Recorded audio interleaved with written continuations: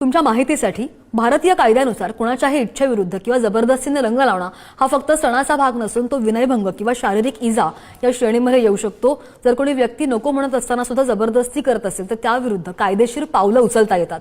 भारतीय न्याय संहितेनुसार जर एखाद्या व्यक्तीने स्पष्टपणे नको म्हटल्यावरही तुम्ही त्याच्यावर रंग फेकला किंवा त्यांना स्पर्श केला तर तुमच्यावर विनयभंग कलम 74 किंवा मारहाणी अंतर्गत गुन्हा दाखल होऊ शकतो आणि यामध्ये 1 ते 5 वर्षांपर्यंतच्या कैदेशी आणि दंडाची तरतूद आहे।